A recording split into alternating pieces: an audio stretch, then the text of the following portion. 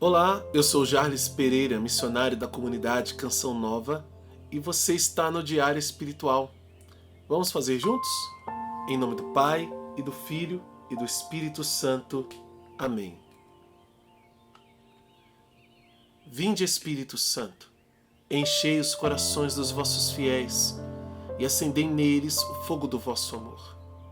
Enviai o vosso Espírito, e tudo será criado, e renovareis a face da terra. Oremos.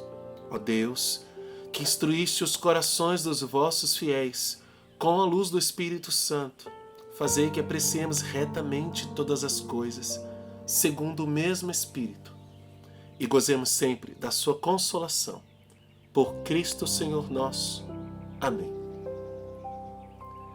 Evangelho de São João, capítulo 2, versículos de 13 a 22.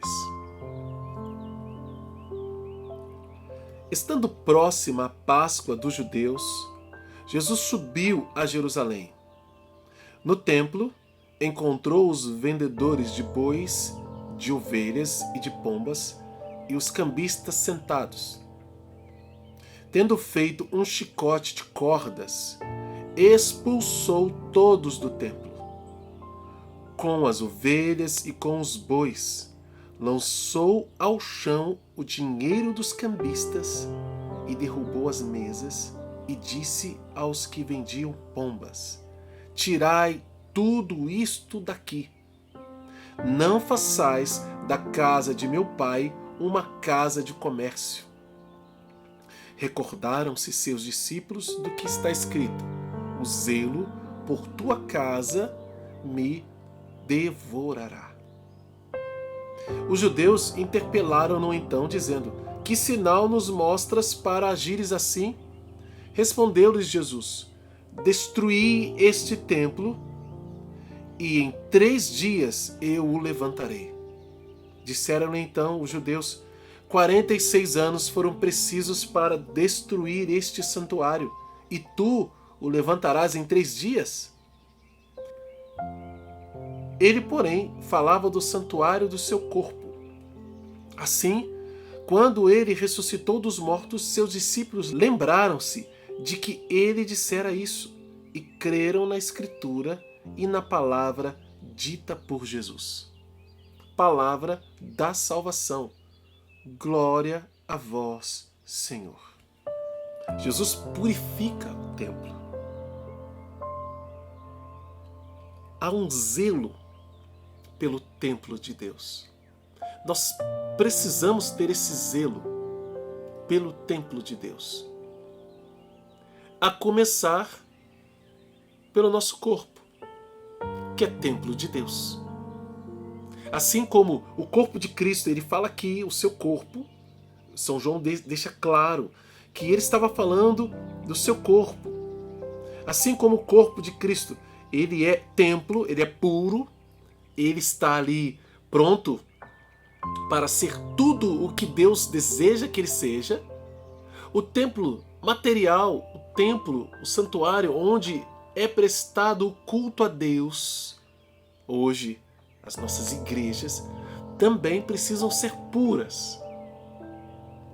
Por isso que a nossa postura na igreja ela é diferente da postura em qualquer outro lugar. Por isso que na igreja a gente não pode ir com qualquer roupa. Por isso que na igreja a gente não pode sair falando de qualquer jeito. Quantas vezes eu que sou ministro de música, né, sou chamado a atenção porque a gente, mesmo falando baixinho ali, para combinar uma música que veio a inspiração. Nossa, essa aqui é o músico, olha, eu não lembro direito, eu esqueci a cifra, não sei tocar, ou coisa semelhante. Alguém vai e chama a nossa atenção. Olha, os músicos estão conversando lá na hora da igreja, dentro da igreja, conversando alto. E às vezes nem é na hora da missa. Às vezes é ali, antes da missa, ali na preparação. Só que tem gente ali que está parado, sentado lá nos bancos, rezando já, se colocando diante da presença de Deus para celebrar bem a Eucaristia, para rezar para valer, para rezar com a vida, com o coração. E aí, aquele cochicho, na boa intenção, pode atrapalhar aquele que quer rezar, para participar bem da missa. É por isso, porque o zelo pelo templo, o zelo pela casa de Deus consome Deus, ou seja, inflama. Eu preciso zelar, de fato, por aquilo que é a casa de Deus, pelas coisas de Deus. É por isso que eu não posso cantar qualquer música na missa. Estou falando como ministro de música. Eu não posso cantar a música de qualquer jeito na missa. Por quê? Porque é a grande celebração. Então eu preciso zelar pelas coisas de Deus.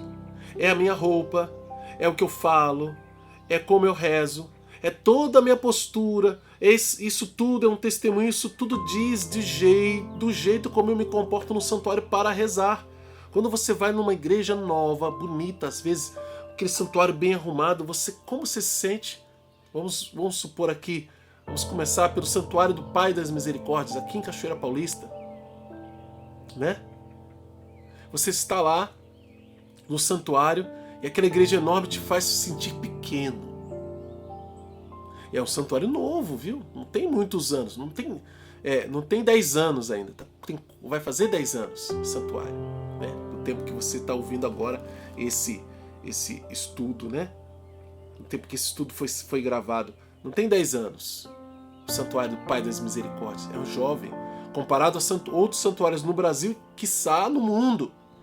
Mas quando você entra num santuário, a grandeza dele faz com que você se sinta pequeno e você adore a Deus.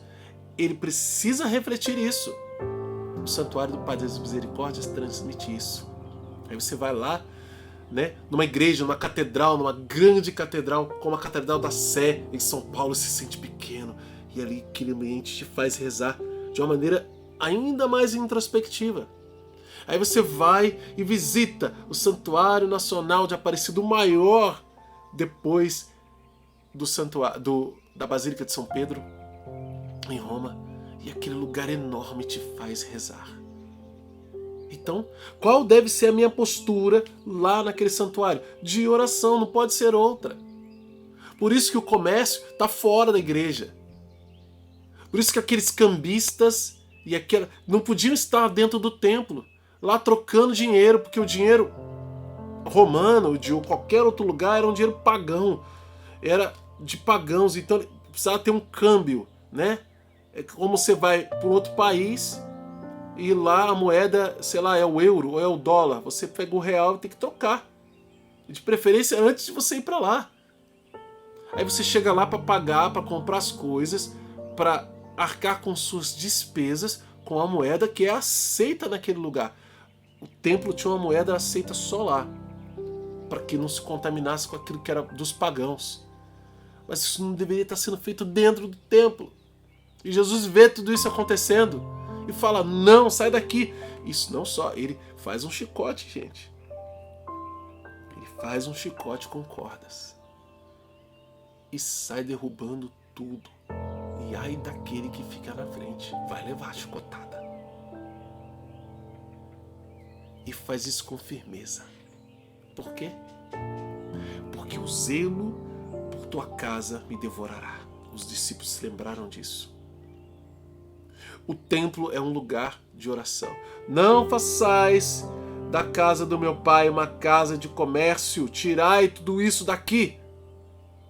E agora, aí Jesus, depois que é questionado, né, com que autoridade você faz isso?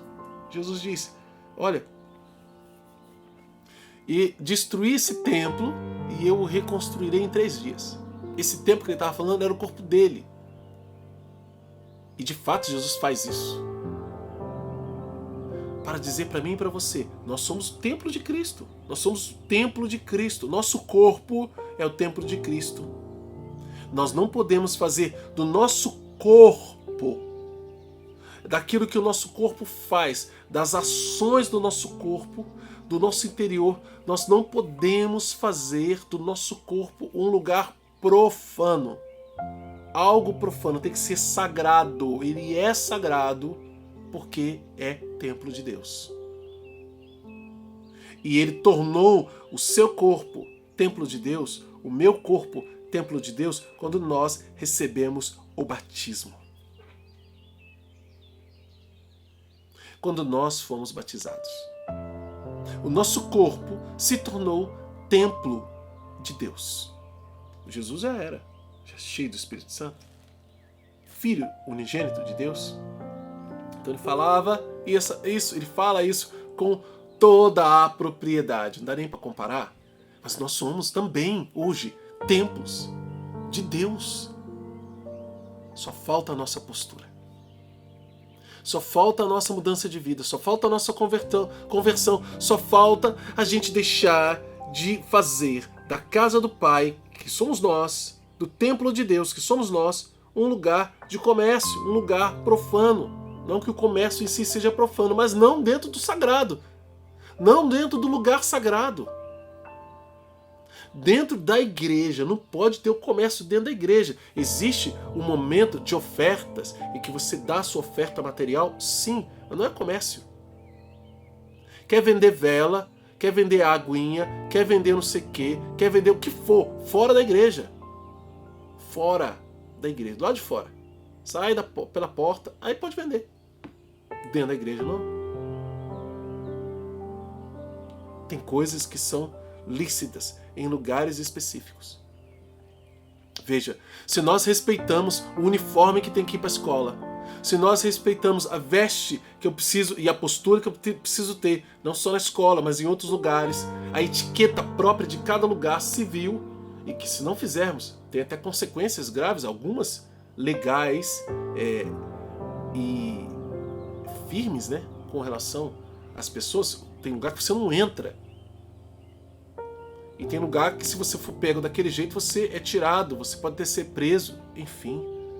Por que na igreja não pode ter regra? Por que na igreja eu posso achar que eu posso fazer do jeito que eu quero? Cuidado, viu? Jesus faz chicote com cordas e expulsa. E essa situação real que aconteceu no templo pode acontecer conosco também, em que nós sejamos rechaçados, ou seja, deixados, não acolhidos na hora do julgamento, na hora do juízo. Por quê? Porque não tratamos com o devido respeito aquilo que era de Deus. Não só externo a nós, o templo, a igreja. A igreja, veja bem, a igreja de pedra, feita por mãos humanas. E a igreja, organismo, corpo místico de Cristo, que Paulo vai entender e falar sobre isso de uma maneira extraordinária lá na carta aos Coríntios e em outros lugares também. Isso também é igreja, isso também é o templo. Mas também é o templo que sou eu, que é você. O lugar onde ele quis morar. Ele quis habitar. Vamos cuidar do nosso templo. Vamos fazer da casa de Deus uma casa de oração.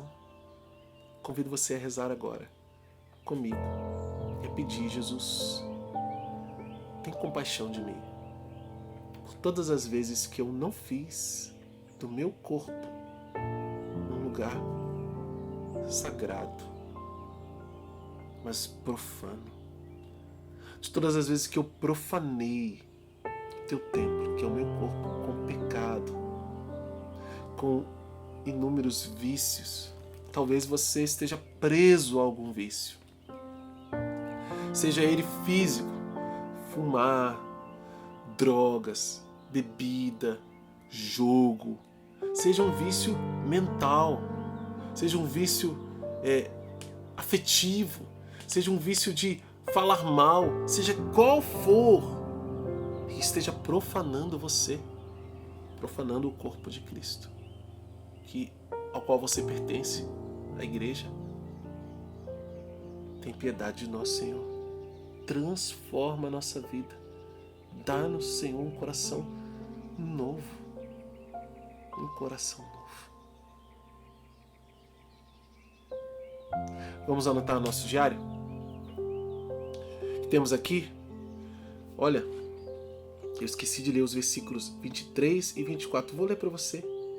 enquanto estava em Jerusalém para a festa da Páscoa, vendo os sinais que fazia, muitos creram no seu nome.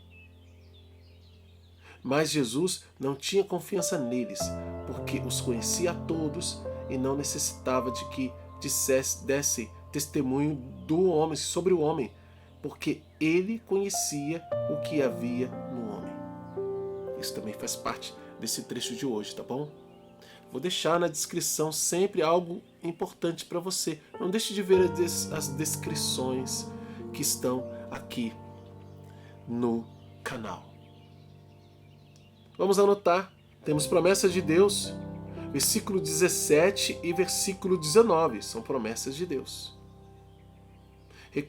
Recordaram-se os seus discípulos do que está escrito: o zelo por tua casa me devorará. Olha a promessa. E se cumpre em Jesus agora.